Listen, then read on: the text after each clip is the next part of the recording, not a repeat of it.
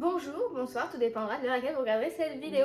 On se retrouve aujourd'hui pour une vidéo, voilà, un petit peu déjà dans le mood du mois qui vient parce que je vais vous présenter aujourd'hui 17 livres que j'ai mis sur ma wishlist pour des lectures thématiques Noël. Comme je vous l'avais dit dans je ne sais plus quelle vidéo des sorties du mois, je sais évidemment que les maisons d'édition aiment bien sortir leurs titres de Noël en amont, donc dès septembre, plus octobre-novembre, mais quand même dès septembre pour certaines. Et je m'étais dit, bah, c'est un peu nul de mettre une lecture par-ci, une lecture par-là dans les vidéos sorties du mois, alors que la plupart c'est de la fantasy ou de la romance ou du polar ou quoi. Je me suis dit, autant faire mi-novembre une vidéo un petit peu dédiée voilà, aux lectures de Noël, comme ça on peut être focus dessus. S'il y a des gens que ça intéresse particulièrement, vous saurez dans quelle vidéo trouver tout ça et de ne pas vous enquiller une vidéo de 40 minutes où il y a 3 livres de Noël qui sont éparpillés par-ci par-là. Donc écoutez, on va faire ça aujourd'hui en espérant que ça vous plaise. Encore une fois, le même disclaimer qu'à chaque fois que je parle de sorties littéraires, c'est que j'ai vraiment axé cette vidéo sur les sorties qui moi me tentent. C'est vraiment ma wishlist de Noël pour cette année. À la base, je voulais vous faire la vidéo un petit peu pâle ou quoi en achetant les livres, mais j'ai pas eu le temps d'aller à la librairie samedi dernier. Donc écoutez, ce n'est pas grave. Ici, on aura des très beaux inserts thématiques Noël. Voilà, on commence un petit peu à s'immiscer doucement dans le mood.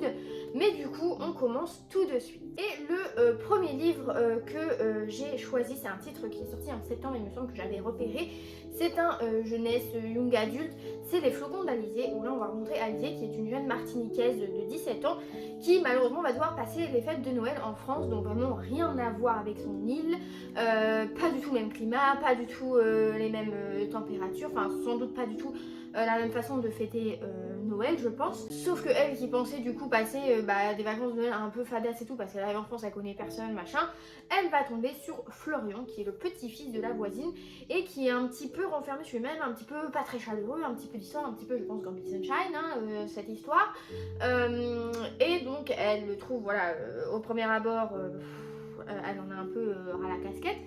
Mais il s'avère que petit à petit, visiblement, en faisant connaissance, elle va se rendre compte que Florian est peut-être une personne un petit peu plus sensible et un petit peu plus blessé qu'il n'y paraît. Donc écoutez, je suis très curieuse. Je m'attends vraiment, je crois que c'est chez Scrineo. C'est où je me plante, mais vous le verrez sur la couverture. À quelque chose d'assez green flamme avec des beaux messages et des beaux thèmes abordés. Donc voilà, je pense pas qu'il y ait de smut, peut-être 2-3 petits smacks, mais c'est tout. Donc on verra. Ensuite, j'ai mis un livre parce que déjà j'ai trouvé la couverture très belle. Voilà, en plus du titre, j'avoue que les deux m'ont charmé avant même que je lise le résumé. C'est Noël au café des oracles. Voilà, très astro-vibe ici, très cartomancie, très ésotérisme. Je m'en fiche qu'on y croit ou qu'on n'y croit pas. Moi, ça me plaît, ça me parle. Donc, dans ce livre, on va rencontrer Gaïa qui se voit contrainte à la période des fêtes d'accepter un petit boulot au café des oracles. Mais le problème, c'est que Gaïa, elle, les fêtes de Noël, c'est pas son truc. La cartomancie, encore moins. Donc, là, travailler dans un café où vraiment on vend autant de café que de séances de voyance. Elle est un petit peu en mode ronchon. Sachant que bien sûr vient saupoudrer tout notre chocolat chaud à la cannelle, un autre employé, Sacha, qui va être sur son dos, donc je pense sans doute pour la former ou que sais-je, et qui va un peu l'horripiler. Donc voilà, je suis très curieuse de voir comment ça va être tourné. Là, ça a l'air d'être notre personnage principal qui a l'air d'être un peu grumpy. Donc, ma foi, je suis curieuse et j'espère que la cartomancie sera pas mal mise en avant, que peut-être on aura un petit peu des petites séances d'écrites et tout. Donc ça, pour les amateurs, je pense que ça peut fonctionner. Ensuite, j'ai mis de Emily Blaine, donc c'est une auteure de romance assez populaire. J'ai déjà vu pas mal de ses titres passer, je n'en ai pas lu à ma connaissance. Mais là, avec De Neige et de Tartan, vous doutez bien que je n'allais pas passer à côté parce que voilà, je vous remettrai au moment opportun dans le petit les vidéos d'avis lecture de romances de Noël qui sont concernées. Mais l'Écosse et moi-même et la période de Noël, nous formons le triangle des Bermudes. Voilà, ça passe toujours très bien, je suis toujours très attirée. Et donc ici, dans ce livre, nous avons rencontré Callum qui est assez riche, voilà, qui est écossais, mais qui est très carré et tout, vraiment très intransigeant parce que il dirige le château familial qui est maintenant un hôtel de luxe. Sauf que, mauvaise nouvelle pour lui, c'est que son père, pour un petit peu redonner un coup de souffle, un coup de neuf à la demeure, il va engager une consultante qui va venir un peu voilà, faire des analyses, proposer des solutions, des mises en avant, peut-être les réseaux sociaux et tout machin. Et notre calum, il est un petit peu réticent parce que la nana est partout. Voilà, vraiment, dès qu'elle arrive, elle s'appelle Isla, il me semble, elle va être partout, elle va vouloir s'immiscer dans chaque truc. Lui, ça va pas lui plaire parce que maniaque du contrôle, on connaît.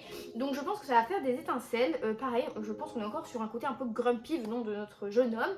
Donc ma foi, pareil, je me rends compte que là, dans les romances de Noël, j'aime bien quand ce sont des adultes. Voilà, donc est-ce que c'est parce que je vieillis, je ne sais pas. Niveau smut, pour tous les livres que j'ai sélectionnés, je peux pas trop m'avancer. Parce que voilà, il n'y avait pas de précision dans la quatrième de coup. Mais Mylène, je ne sais pas. Je ne sais pas comment elle se positionne vis-à-vis de la fesse. Si elle est très team pêche ou si elle est team soft. Nous verrons bien. Ensuite, alors c'est un livre de chez Roncière cette fois-ci. C'est La guerre des biscuits de Noël. Alors l'année dernière, je sais que Roncière avait sorti une romance qui était un Noël à Silverbells ou je sais plus quoi, qui m'avait beaucoup tenté, mais il me semble que c'est Margot de Margot Liseuse et d'autres personnes sur les réseaux qui l'avaient lu et qui n'avaient pas été plus transcendées que ça. Donc je vous avoue, j'avais fait l'impasse, mais peut-être que là, je crois qu'il est sorti en poche, donc peut-être je le laisserai, je verrai. Mais j'en parle pas ici parce que voilà, il est déjà connu. Mais du coup, cette sortie cette année de Roncière, je n'ai pas encore vu d'avis dessus, donc je la mets, elle m'intéresse. On va rencontrer ici Mélodie, je crois, qui est une jeune maman célibataire de jumeaux. Elle est styliste, donc voilà, elle est un peu débordée par le quotidien. Et alors, quand on vient lui annoncer que le festival de biscuits en folie de la ville, qu'il a tous les ans, risque d'être annulé, elle n'est pas d'accord. Donc là, quitte, malgré son quotidien, où elle ne respire pas, où elle ne s'arrête jamais, elle va vouloir prendre les choses en main et un petit peu régenter tout ça pour sauver la situation à Cookville. Alors oui, bon, le fait que la ville s'appelle Cookville en mode Cookieville, un peu kitsch, mais bon, on passe. Sauf qu'à l'équation va venir s'ajouter Jonathan Braxton, qui est le charmant et craquant et sexy directeur de l'école de ces garçons, qui, à ses yeux, elle n'est pas du tout responsable et tout, donc il va vouloir mettre son grain de sel. Je pense que ça va faire des étincelles. J'ai un petit peu peur, je vous l'avoue, parce que Roncière, moi je les connais, pour que le smut ce soit un petit peu l'un de leurs péchés mignons, donc j'espère que s'il y a du smut, ça va pas être au détriment de l'intrigue, et j'espère aussi que le côté maman solo dépassé, ça va pas rendre notre personnage nunuche et coconne. Voilà, j'espère quand même que justement elle va montrer que elle peut tout assumer et que c'est une charge mentale qu'elle choisit et pas qui lui est seulement imposée. Ensuite, j'ai mis le Gingerbread Café, donc c'est chez Hauteville. Ça ressemble un petit peu aux couvertures dans le style du... c'était quoi le café des Cornouailles et tout que je n'ai pas du tout aimé, rien à voir, ça se trouve, je sais pas pourquoi je parle de ça, bref, mais c'est un petit peu ce type de couverture. Donc au début je pensais que c'était peut-être compagnon quoi, pas du tout, ça a l'air vraiment d'être une histoire propre à cet univers, où là on va rencontrer une jeune femme qui travaille dans un café, le Gingerbread Café, à Bond, on ne serait pas douté, qui a pour particularité d'être ambiance Noël toute l'année. Voilà, il y a tout le temps de la cannelle, les pains d'épices, hein, le mood est là, de janvier à décembre, même juillet et août, pas de soucis. Sauf que malheureusement, la propriétaire va décéder et notre personnage principal va se retrouver héritière du fameux café, donc nickel, sympa. Sauf que vient se mettre dans ses roues un bâton du nom de Lucas, qui est le neveu de Feu, la propriétaire, qui est un chef étoilé, machin. Et donc d'un côté, on va avoir notre personnage principal qui, elle, va vouloir redorer un petit peu le Gingerbread Café, redresser de la situation et tout, en y mettant ses compétences, alors que de l'autre côté, le neveu lui va plus être en mode... on pense argent, business is business. Donc, encore une fois, je pense des étincelles. Vraiment, je sais pas pourquoi. Moi, pour moi, la période de Noël, c'est tout chou, tout mielleux, tout caramel. Mais pour d'autres, visiblement, c'est électrique. Donc, des petites tensions sans doute à venir. J'attends de voir. Et donc, le dernier livre de cette catégorie, un petit peu one shot. C'est Noël avec mon pire ennemi. Là, on est chez Additive Poche. Là, on est très vibe téléfilm de Noël, TF1, M6, NRJ12, TFX, tout ce que vous voulez. NRJ12 n'existe plus, je dis n'importe quoi. Bref, on est boumeuse, on ne l'est pas. Et donc, pourquoi? Parce qu'ici, on rencontre une jeune femme qui s'occupe d'une dame âgée. Donc, je pense que son métier fait peut-être de l'aide à la personne. Et pour Noël, elle veut offrir à cette dame une boîte à bijoux qu'elle a repérée chez le bijoutier. Donc elle se rend chez le bijoutier, sauf que drame, la boîte à bijoux en question, il n'y a qu'un exemplaire. Elle est dans les mains d'une autre personne, d'un inconnu qui a l'air tout ce qu'il y a de plus arrogant. Voilà, donc elle a le seum. Elle a le seum. Et elle a encore plus le seum quand elle découvre que le mec en question n'est autre que le petit-fils de la vieille dame. qui est visiblement très riche. Et donc, est-ce qu'il est très ingrat ou quoi, on ne sait pas. Je suis très curieuse de voir parce qu'on nous dit dans le résumé que peut-être qu'au-delà de ses beaux yeux et de sa cicatrice intrigante, il cache peut-être des choses.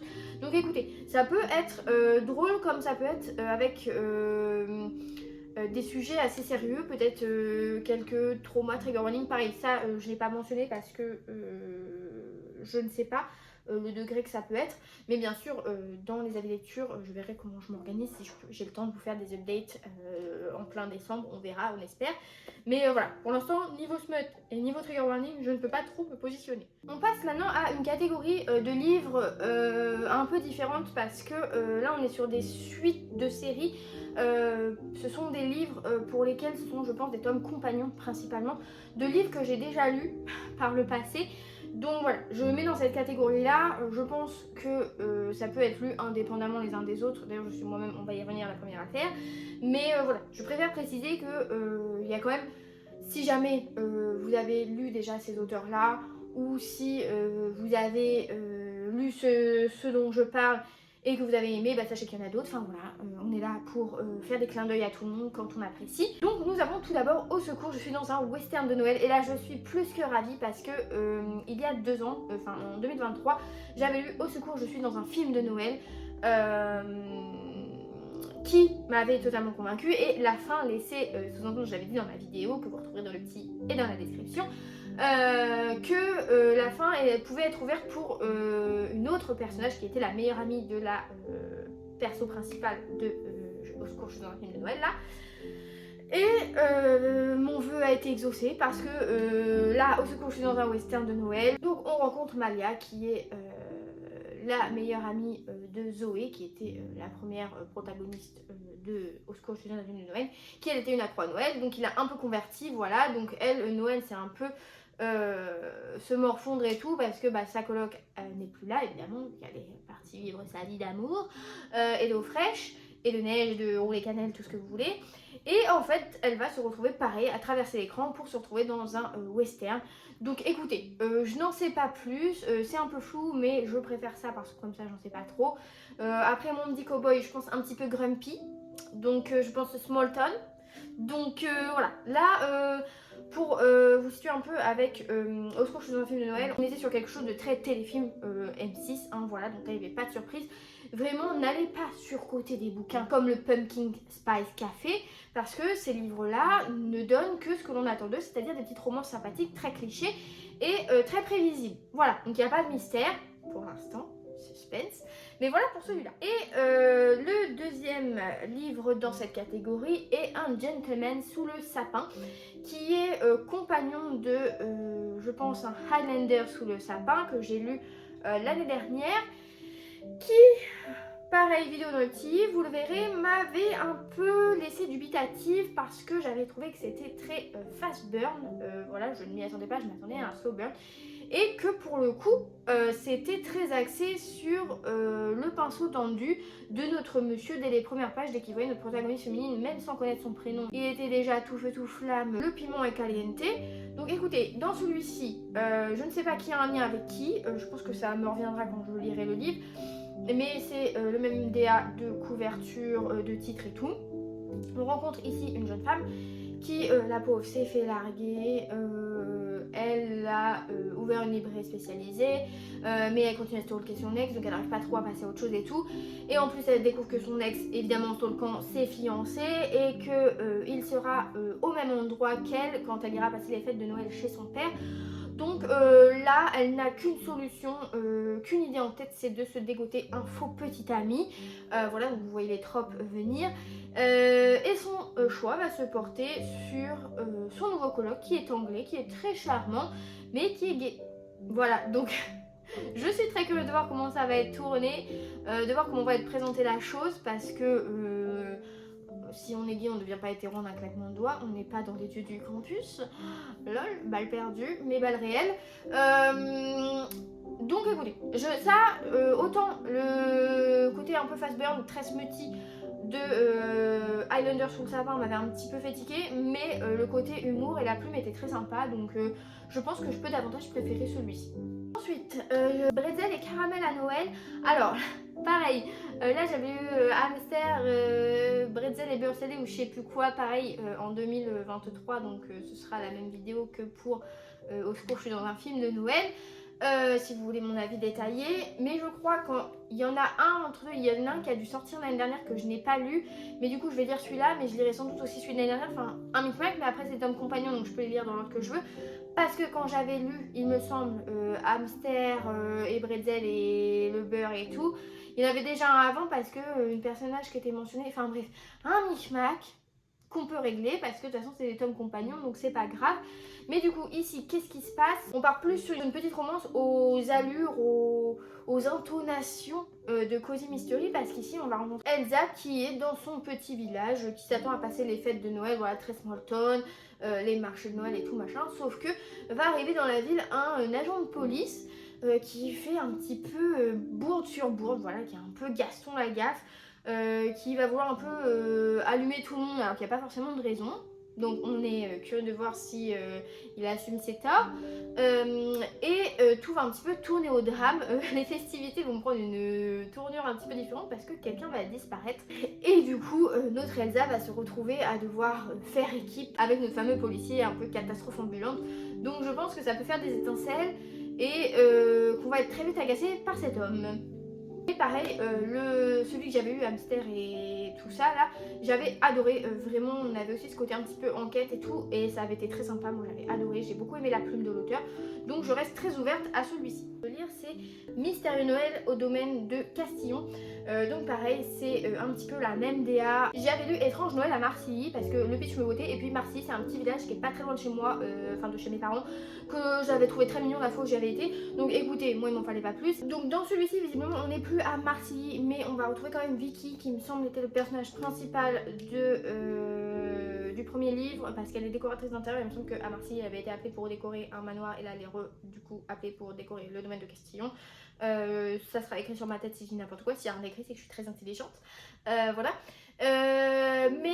Du coup là elle va être appelée du coup en Gironde cette fois, elle va se retrouver coincée là-bas pour redécorer le domaine de Castillon. On se répète, c'est pas grave, et donc elle va se retrouver à partager les festivités, le repas avec la famille du propriétaire, où les membres autour de la table sont un petit peu plus détestables les uns que les autres visiblement, et qu'en plus il va commencer à se passer des événements un peu mystérieux. Donc là Vicky qui a déjà vécu des traumas à Marseille, elle dit c'est pas en arrivant en Gironde que je vais en avoir d'autres, donc là elle va remuer tout ce qu'il faut pour régler le moindre petit problème qui n'augure rien de bon. Donc pareil, ça j'avais trouvé très sympa, j'avais trouvé très drôle l'autre livre, donc je fais confiance à l'auteur, je dirais les yeux fermés. Toutes les fêtes de Noël commencent par un meurtre. C'est les aventures de Ernest Cunningham, voilà, qui est notre auteur, narrateur. C'est celui qui a fait Tout le monde dans ce train est suspect, et tous les membres de ma famille ont déjà tué quelqu'un, que j'adore. Vraiment, c'est des livres que j'adore. On est vraiment pris à partie dans l'histoire par le narrateur qui interagit avec nous pour mener l'enquête, et on peut être amené à faire les liens et tout, donc à deviner au fur et à mesure les réponses. Ici, on va être à une fête de Noël où il y a un assassinat et il y a 6 suspects, mais qui ont tous visiblement un mobile et sans doute un secret, parce qu'avec cette série de livres, il y a toujours des secrets. Et notre Ernest va être un petit peu sur l'affaire, et il va faire des constatations un peu troublantes au début. La victime avait appelé la veille la police pour annoncer un meurtre, donc est-ce que c'est celle-ci, on ne sait pas. Il y a un suspect qui a du sang sur lui, enfin bref, des micmacs qui vont mener à une série d'indices, et il va s'avérer qu'il y a 24 indices, donc un petit peu calendrier de l'avant, donc ça va être un petit peu une chasse bon, au trésor, je ne sais pas. Mais écoutez, pour moi ça promet. Est-ce qu'il va y avoir 24 chapitres et donc 24 indices? Je sais pas comment est découpé le livre, parce qu'à l'heure où je parle il est sorti déjà depuis un petit moment. Mais ça vraiment, je sais que ça va être polar sympa. Soft, c'est jamais trop décrit ou quoi dans cette série de livres, donc je suis très partant. La catégorie maintenant du coup va être dans la lignée des deux derniers dont on a parlé, parce que là cette fois on va être vraiment sur les polar thriller thématiques Noël, enfin voilà, peut-être qu'il y aura de la romance pour certains, je ne sais pas, mais on est vraiment plus sur le côté intrigue. Donc je pense qu'il y a de quoi faire pour un petit peu plaire à tout le monde, ceux qui aiment les fêtes de Noël mais qui ne sont pas forcément friands des romances. Et ben j'ai ça à vous proposer. Et on commence tout de suite avec Mort au château, un mystère de Noël. Donc ça c'est écrit par un collectif, et il me semble d'auteurs, donc c'est chez Charleston, où là, on est dans un hôtel de luxe, il y a une scène d'un film qui va être tourné avec une célèbre actrice et donc les clients de l'hôtel vont être conviés à participer en tant que figurants, donc ils vont être tous emballés et ça va permettre à une des clientes qui est une jeune costumière d'essayer de montrer un petit peu ses créations. On a une femme qui va en profiter pour retrouver son amant, ou encore pour certains de renouer entre eux s'il y avait des tensions depuis le temps, sauf que plot twist, le lendemain, l'un des serveurs visiblement du restaurant il me semble, si je me rappelle bien du résumé, va retrouver un corps sans vie. Donc écoutez, je suis très curieuse. Charleston, le dernier livre que j'ai lu d'eux, c'était un polar thriller, c'était Notre Maison, qui avait été une excellente lecture. Donc là, je suis curieuse de voir ce qu'ils peuvent faire dans le côté policier avec Noël. Et en plus, un collectif d'auteurs, j'en lis très peu, donc j'ai hâte de voir si ça va être très fluide au niveau des changements de plumes, etc. Si ça va être des chapitres, enfin si ça va être précisé ou quoi, je ne sais pas, mais je suis très ouverte à la découverte. Ensuite, j'ai envie de lire les 4 petits meurtres de Noël. Alors pareil, la plupart c'est que des poches que je vous présente, donc je sais pas si c'est parce qu'ils étaient en grand format et ils sont sortis en poche, ou alors si c'est exceptionnellement pour Noël. Je sais que des fois les maisons d'édition aiment bien sortir direct les trucs en poche, donc voilà, je laisse ça là. Mais du coup, les 4 petits meurtres de Noël, qu'est-ce que c'est? Ça sonne un petit peu Agatha Christie. Voilà, là on va plus être axé je pense sur le côté énigme parce qu'on va montrer Eddie qui est une octogénaire, car 80 ans c'est octo, bref, voilà, qui est vieille, qui est un peu carrette, un peu grincheuse, elle aime pas trop les gens, enfin voilà. Et sur le pas de sa porte, elle va trouver une boîte, un espèce de colis un peu mystère, avec des pièces de puzzle, visiblement, et un petit mot qui dit, voilà, 4 personnes seront mortes avant Noël, avant les 12 coups de minuit, machin, sauf si vous parvenez à rassembler toutes les pièces du puzzle et à m'arrêter. Donc, Eddie, qu'est-ce qu'elle va faire? Bah, va faire le puzzle, voyons, parce qu'en plus, elle est friande de tout ce qui est mots croisés, de jeux un petit peu intellectuels. Donc, écoutez, c'est parti. Je suis très curieuse de voir. Est-ce que ça va être comme ce genre de film un peu Tati Daniel, vous voyez, où il y a des vieilles qui sont aigries et qui font du deal, des trucs, qui sont toujours dans des micmacs pas possibles. Je m'attends à ce que ce soit très drôle. Donc j'espère que ce sera bien ficelé pour vraiment m'offrir un package assez sympa. Alors celui-là, il a l'air hyper creepy. Je pense qu'il va être idéal entre transition entre automne, un peu Halloween et Noël, parce qu'il aurait pu vraiment matcher, je pense aussi pour Halloween. C'est Winter Stalker. Alors là, vraiment, ça a intérêt à me rendre zinzin. Parce que la dernière fois que j'ai lu un livre où il est censé y avoir quelqu'un qui stalk, c'est je pense mon pire flop de l'année. Donc écoutez, on va y aller mollo, mais ici on rencontre un personnage. Dans le résumé, j'ai pas réussi à déterminer si c'était une femme ou un homme qui parlait, mais en tout cas cette personne espionne, surveille une femme. Dans le résumé, c'est de son point de vue, donc on sait que c'est vraiment une obsession pour cette personne, qu'il est sous sa fenêtre tout le temps, il la guette, il la suit et tout. Hyper creepy. Et en fait, dans le résumé, le narrateur, la narratrice, nous dit que là, à l'approche de Noël, il faut que ça change, que espionner de l'extérieur, ça ne lui convient plus. Elle veut se rapprocher de la femme en question et entrer dans sa vie. Donc écoutez, je suis extrêmement intimidée et curieuse de voir jusqu'où va être poussé le vice du stalking, du stalkage, de comment la personne va le prendre quand elle va le découvrir, si elle le découvre vraiment, comment la personne va l'amener si elle l'avoue ou quoi. Je suis déjà zinzin avant de lire le livre, mais je suis archi tentée. Ensuite, j'ai mis Iris et le meurtre de Noël, où là pareil on est axé plus sur un polar, pas très cosy je pense. On va rencontrer Iris, qui est portraitiste en pleine ascension, mais qui va décider de fuir Londres et son couple pour un peu respirer, prendre l'air. Elle va aller dans une petite campagne du Hampshire et le cottage qu'elle loue appartient à un couple dont le monsieur est un auteur de polar à succès et sa femme, je ne sais pas si elle a un succès. Et donc l'épouse va, elle, demander à Iris de réaliser un portrait de son mari. Donc jusque là, pas de problème. Iris va trouver ça assez idyllique. Voilà, elle prend du recul, elle travaille quand même, c'est sympa, c'est mignon. Sauf qu'elle va se rendre compte que dans cette famille, il y a des trucs un peu bizarres, il y a des choses qui ressortent qui la font un peu tiquer. Et le lendemain de la fête de Noël, il va y avoir un corps qui va être retrouvé sur la propriété. Et la police va conclure à un suicide, mais Iris va se dire que pour elle c'est pas très clair, c'est pas un suicide sans doute. Et donc elle va voir un peu mener son enquête et visiblement elle doit avoir un petit peu cette faculté, pas de mentalisme, mais vous savez, de voir un petit peu à travers les apparences de déduction assez facile. Donc est-ce que ça va être sombre? Je ne sais pas. Mais j'ai envie de m'attacher à Iris. Ensuite, alors celui-là, je sais pas, j'aurais peut-être dû le mettre dans les one-shot romance, mais il s'appelle Merry Bloody Christmas. Donc c'est chez Hugo Boss, il me semble, et on a un auteur de polar comme personnage masculin principal. Donc je me dis, Voilà, il va peut-être y avoir une enquête, on sait pas. Mais lui il déteste Noël et tout, il aime bien les histoires qui finissent mal. Et on va en face avoir Violette, il me semble, qui elle est libraire, qui adore les fêtes de Noël. Et donc forcément quand cet auteur à succès de polar va emménager auprès de chez elle, elle va avoir qu'une idée en tête, c'est de lui faire aimer les fêtes de Noël. Parce que voilà, quoi de mieux que des chocolats chauds et des cookies, hein, j'ai envie de vous dire. Sauf que bah, l'autre il est un petit peu très grumpy je pense. Et donc il va pas être trop chaud pour avoir affaire à cette Violette qui ne fait que lire des comédies romantiques et qui veut lui prouver par monts et merveilles et A plus B que Noël c'est génial. Donc peut-être qu'il va un peu la menacer ou quoi, essayer de lui faire peur vu qu'il est auteur de polar, je sais pas. Mais je suis curieuse, je pense que ça peut être très drôle et assez rocambolesque. Donc je suis, voilà, c'est peut-être pas très polar, il y a peut-être pas du tout d'enquête ou autre, contrairement à certains cosy mystery que j'ai pu vous présenter juste avant.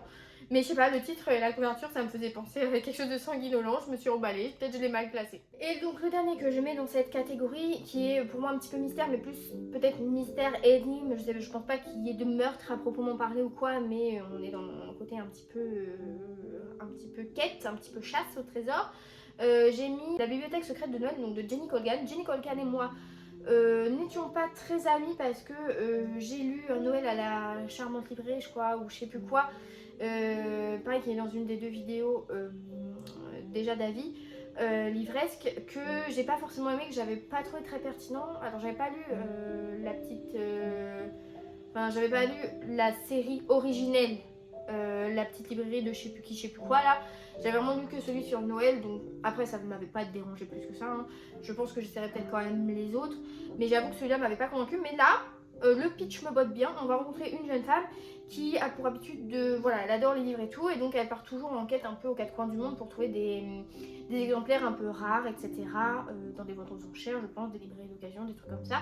Et un jour, elle va être appelée pour être embauchée par un laird d'un clan des Highlands. On retourne en Écosse, c'est parti, Merry Christmas. Je vais pas le dire avec un accent écossais parce que je sais pas le faire. Mais elle va être engagée du coup pour retrouver un célèbre livre parce que le domaine est un petit peu en péril. Et apparemment la famille à qui appartient le domaine a une énorme collection de livres et parmi ces livres il y en a un qui serait assez précieux pour pouvoir sauver la situation. Donc elle va se rendre sur place, sauf que Pam, dans le train qui apparaît Théo, un jeune et séduisant personnage visiblement, qui est un petit peu, je pense, un concurrent parce que voilà, dès qu'il y a un trésor ou une chasse au trésor un petit peu possible, il est là pour un peu lui mettre des bâtons dans les roues. Donc écoutez, ils vont être, je pense, en proximité forcée, mais est-ce qu'ils vont s'allier, est-ce qu'ils vont se faire concurrence, est-ce qu'ils vont se tirer dans les bottes, je ne sais pas. Mais Jenny, je te laisse une nouvelle chance, j'espère que tu sauras me convaincre. C'est donc tout pour les 17 livres que j'ai sur ma wishlist spéciale thématique Noël. Voilà, donc Père Noël, bah non, tu passeras après, mais j'aurais sans doute déjà lu ces livres-là. Mais je pense que je vais aller faire une petite razzia de livres de Noël à la librairie. Mais bref, n'hésitez pas à me dire dans les commentaires s'il y en a certains qui vous font envie, ou si comme moi vous en avez lu des compagnons de compagnons, ou alors si j'en ai loupé certains qui pour vous ont l'air masterclass, ou si vous avez des valeurs sûres aussi de vieilles recos, voilà, si vous nous ressortez des pépères des années précédentes, je suis preneuse aussi. Mais voilà, n'hésitez pas du coup à regarder les vidéos que je vous ai mis dans la barre de description si jamais vous avez envie d'avoir d'autres avis sur d'autres romances de Noël. En tout cas, ce mois de novembre est toujours un peu en dents de scie côté de mes lectures. Ça va le faire, c'est pas grave, c'est férié aujourd'hui, tout va bien à l'heure où je tourne. Mais écoutez, moi je vous souhaite de très belles lectures et je vous dis à la prochaine. Salut!